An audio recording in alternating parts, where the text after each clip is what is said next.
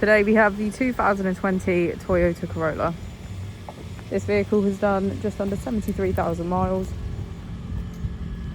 It is a petrol hybrid electric vehicle with an automatic transmission.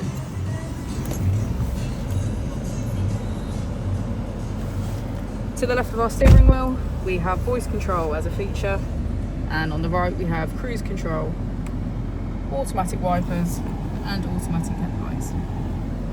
Moving on to our screen, we can access our home, menu, audio and map. To the right we have smartphone integration and our setup. If we put the vehicle into reverse, we can see that it comes with a parking camera with parking sensors.